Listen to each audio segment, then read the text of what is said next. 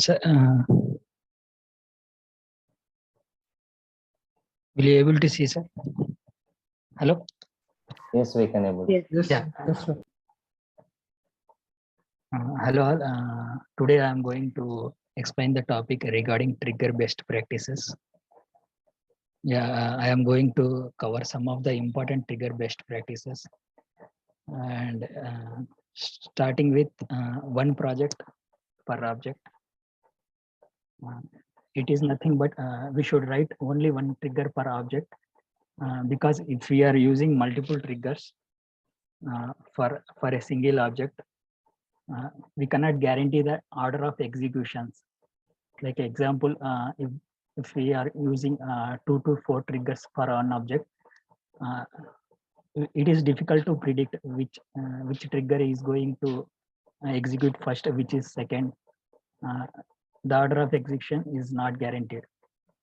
For example, if we say if we have 4 to 5 account triggers for one account object, in this case, and in this case, we cannot guarantee the order of execution when the process been happening. Here, I have written an example also.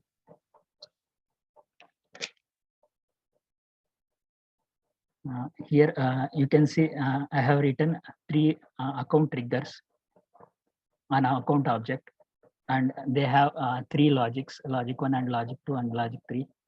And when we when we try to execute the when we try to do any processing on the account records, then it is difficult to say which trigger is going to execute first. So to overcome this, we have to use one trigger for one object itself. Here in this below code, I have written all the logics in the same trigger.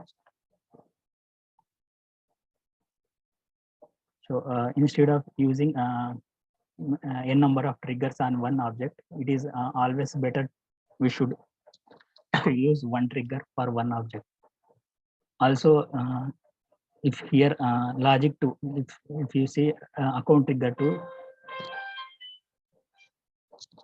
if logic 2 is dependent on the logic 1 outcome, then if we are using 3 account triggers on the account object, then we can't tell which logic is going to execute first, which trigger is going to execute first. So it is always good to go with one trigger per one Salesforce object. Yeah, this is one best practice for triggers.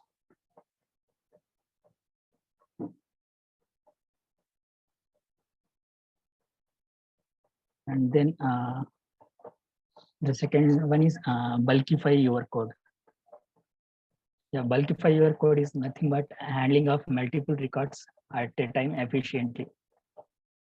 We should always write the code in the trigger in a way that multiple records can be inserted, updated, or deleted at a time.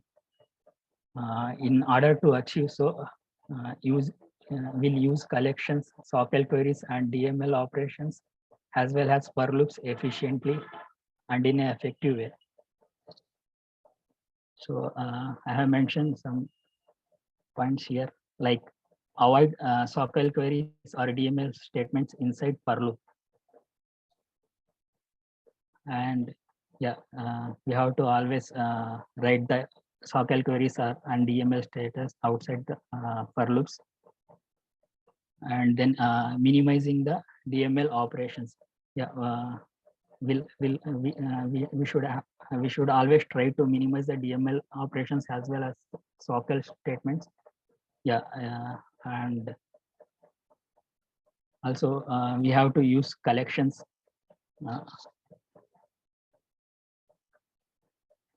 Yeah, also I have write examples for those things. Yeah. Yeah, this first one, I have written 2 codes here. The first one is it is written in a poor way because we are using DML operation inside the for loop. If you see here, we are using insert T here. If you use this DML operations inside the for loop, you will get an error saying too many DML statements after it reaches the 150 records.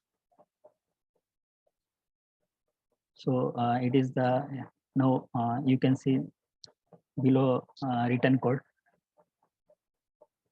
Here we have pushed the DML operation insert outside the for loop so to avoid the governor limits which are hitting in the above code. Also, if you see here, we have used list also for task list, and we are processing this list of tasks against the insert operation, which is also a best practice. This allows multiple records to process instead of an individual record. And there is another example. If you see first code here, which has written here, we are using trigger.new with index 0. By doing so, we can pull only one record, and during a trigger invocation, and this will support in for like user interface events only, because we are just trying to update one record. This is a bad practice when writing the code. And when it comes to second code here, we are using for loop for inserting the records.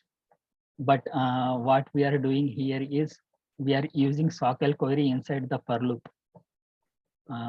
Till 100 records, it will process properly. But after the 100 records, it will throw the error like saying too many SOQL queries 101, which is exceeding the governor limits. And we can issue only 100 SOQL queries in one transaction, in a single transaction. So this is also a bad practice. Here, if you see here below code, yeah, here what we have done is we have passed the trigger.new collection to a set, and then we are passing this set in a single SOQL query. And then we are capturing all the incoming records in the list. And by doing so, we can avoid the SOQL queries here. And then we can do another operations, whatever we need. And this is example 3. Yeah. This is the below this code has written on the account object for and we are trying to get associate contacts with each account every time whenever the account is get created or updated. Here if you see this code, we have used list SOQL query inside the for loop, and as well as DML operation inside the for loop, and also we have used for loop inside the for loop, which is a nested loop. And so here I have mentioned all the 3 mistakes committed in the above figure, like saying SOQL query inside the for loop, DML operation, and then for loop inside the for loop, which is also a bad practice. So we have to avoid all these 3 errors. So here I have written the modified trigger. Yeah, we are just pushed the SOQL query as well as DML operations outside the for loop. And also we are querying the object and fetching the SQL query data into the list, and then we are updating the list here.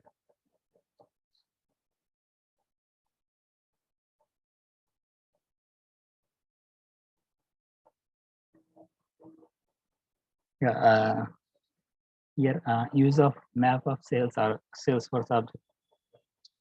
If in some cases, if we need to get the values of records from different Salesforce objects, from different objects based on the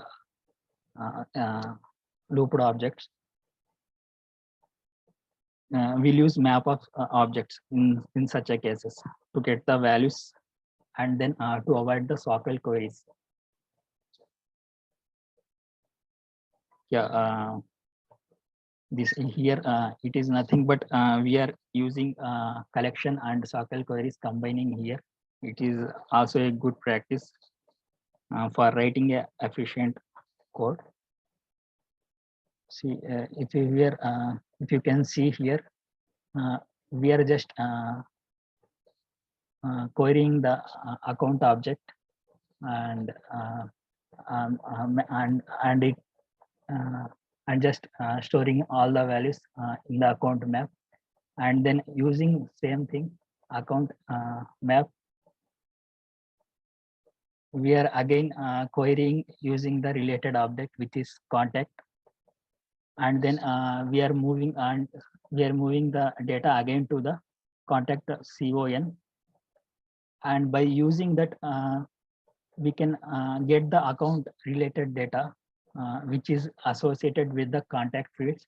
Here we have just used a contact field account ID here. If you see, we are using this account ID field, and we are getting the account related data which is related to this account ID field. So it is nothing but we are filtering, we are getting the account data which is related to contact field.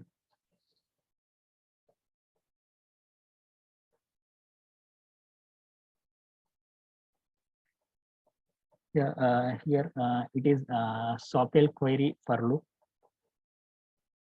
Yeah, if you this is yeah, this is if you SQL query can only return 50,000 records at a time. So it querying large data set might exceed the heap size. So nothing but it is data storage. If you see below programs, below codes, in the first code we are just fetching the data. We are doing query here and fetching the data and storing into account list, and again we are again pushing the data into again another variable ACC. Here we are using data storage, and we are using data storage in memory for processing, and it will increase the heap size. To avoid that, we are just using that SQL query inside the for loop iteration itself, and just we are allocating memory for one variable itself. Here we are using two variables. Yeah, by doing so, we can avoid governor limits of heap size. Yeah.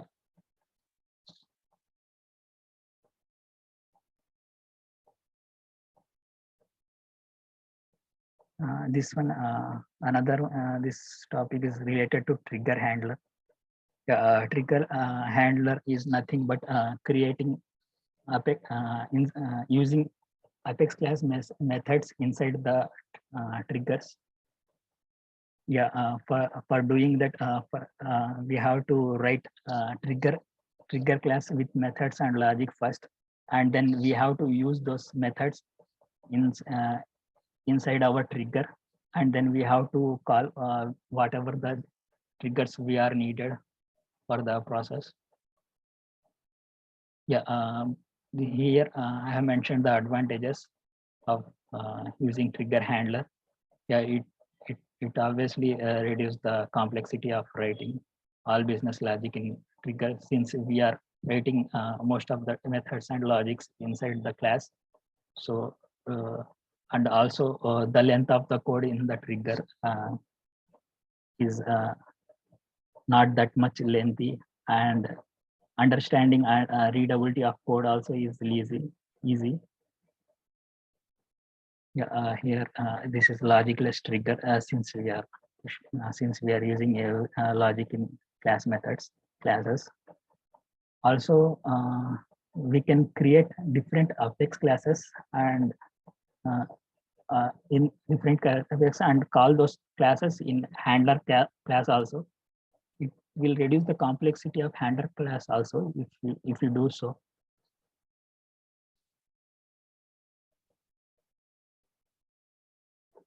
Yeah, I have written this trigger handler example.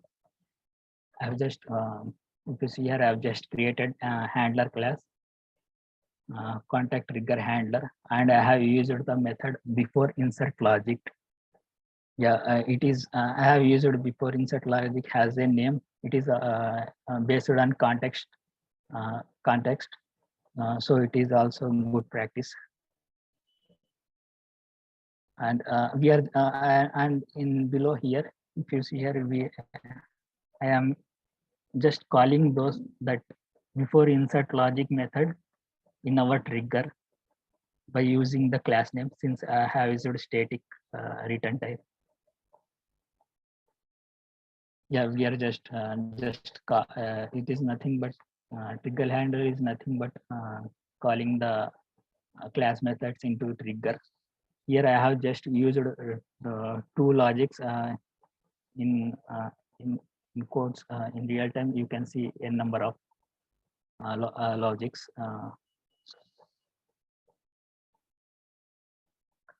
And here this one is just exception handling net apex code. Yeah, it is good to use try catch blocks for exception handling, because we can see that the errors of DML operations. Yeah, since DML statements return runtime exceptions, if something went wrong in the database during the execution of DML exceptions, we can get the errors. So we can we view it. So can view it and work on it. Yeah, it is also one of the good practice. And here it is avoid hard code ID. Yeah, it is like if you if hard code IDs is not a good practice, because uh, Salesforce automatically created the IDs and they are unique. But when we deploy data from one environment to another environment, these IDs may differ. So it is always better to not use hardcode IDs. So here, if you see here, ID account record type ID. Here we have just mentioned the record type ID, which is not a good use. Yeah. Instead of that, we have to use schema methods to get the record type ID of the object. Yeah, here I have mentioned the example.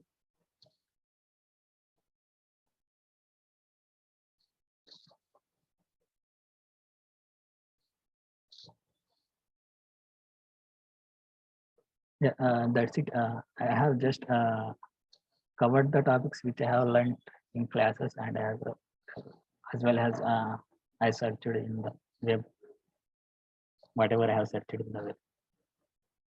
Yeah, that's it. Yes. Yeah, Yes. It is good, but you can ask some questions in the end of the PPT. You have not had any questions or not added or not added? no, No, I didn't add any questions. Okay, sir. This time is fine, but next time when you are giving presentation, after presentation, you have to ask some questions to the students also. Okay, okay. Chalo. This is very really helpful, sir. You gathered some good information. Definitely, these are all very best practices. Okay, everyone is following right what is saying. Clear, sir. This is very important interview question also. Compulsory, they will ask you in the interview. Trigger best practices is a mandatory interview question. Out of 10 interviews, they will ask you at least 9 people. They will ask you this question. So remember all these steps. Okay, at least you can spend time at least 50 minutes on this topic only. Clear, everyone? Sir, like it would be great if he shares in our group. I will upload that in our WhatsApp group. Yeah, PPTs.